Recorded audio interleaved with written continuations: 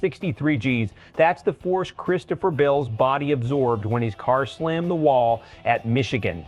The impact was so violent, it took crews 21 minutes just to repair the barrier. The car looked like it had been through a compactor, and Bell was here this weekend, wrist in a brace, ready to race. That's not luck, that's engineering. And the conversation happening inside NASCAR's garage right now is more important than any points race on the schedule. Here's what happened and where things stand. Last Sunday at Michigan on lap 148, Chase Elliott lost grip over a bump in turn 3 and slid into Christopher Bell while they were running wheel-to-wheel for second place. The contact sent Bell hard into the outside wall, and then Elliott's car came back up the track and hit Bell a second time on the left side. The result, a 63G impact, the most severe recorded by this generation of cars since its 2022 debut. Bell fractured his left wrist but had no concussion and no serious head trauma. He walked away. He is racing this weekend. NASCAR has since launched a full data review of the crash. Drivers across multiple teams spent the week studying the wreckage, texting Bell, and quietly asking themselves whether they need to rethink their own safety setups.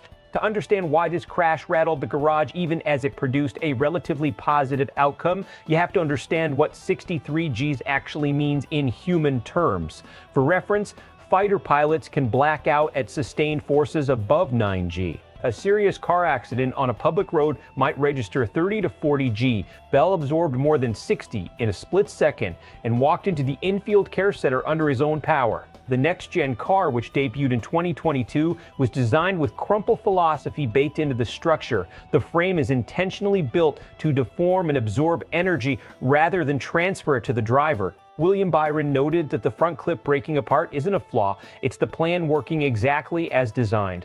Denny Hamlin echoed that, pointing out that deliberate structural weakening of the chassis, something teams pushed for early in the car's development, is likely what kept Bell's injuries from being catastrophic. But context also means acknowledging the flip side. Kyle Larson made a point that doesn't get talked about enough. It's not the monster crashes that are the chronic problem.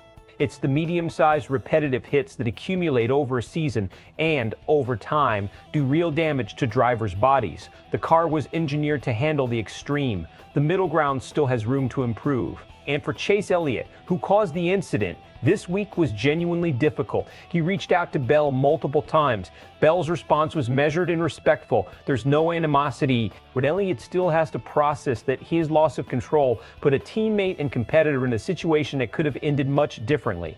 Let's break down what this crash actually reveals about where NASCAR's safety program is and where it still needs to go. First, the good news is real.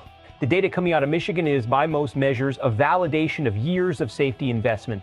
Bell took a hit that would have been potentially fatal in previous generations of Cup cars. The SAFER barrier absorbed energy, crumpled in the right places. The hands, device, and helmet system Bell was running apparently performed well enough that he came away without head trauma at 63 Gs, a number that still sounds almost impossible to believe. Chase Briscoe's reaction is worth paying attention to here. Briscoe is not an emotional guy who gets rattled easily.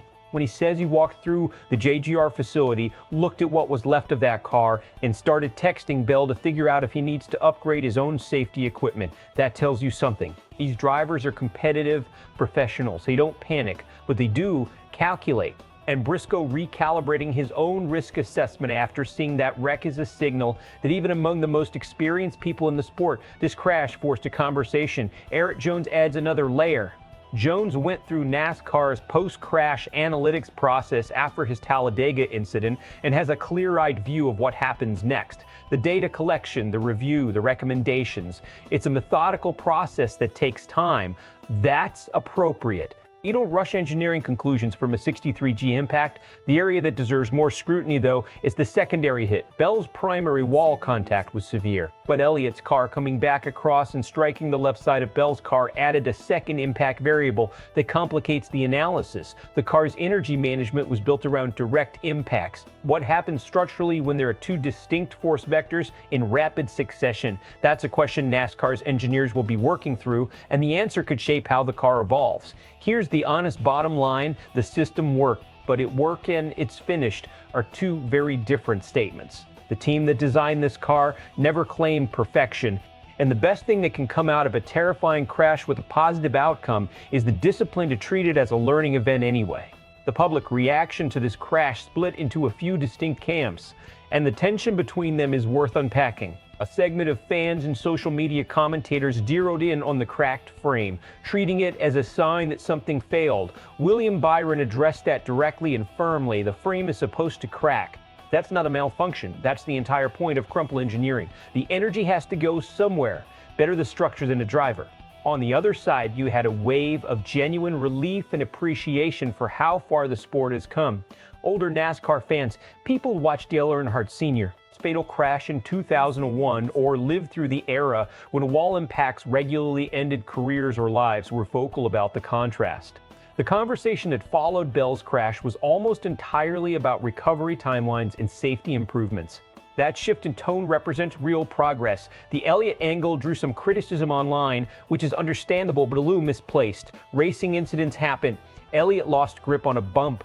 Bell showed class in how he handled it publicly, and Elliott's visible remorse throughout the week reflects the genuine community that exists inside that garage, even between rivals.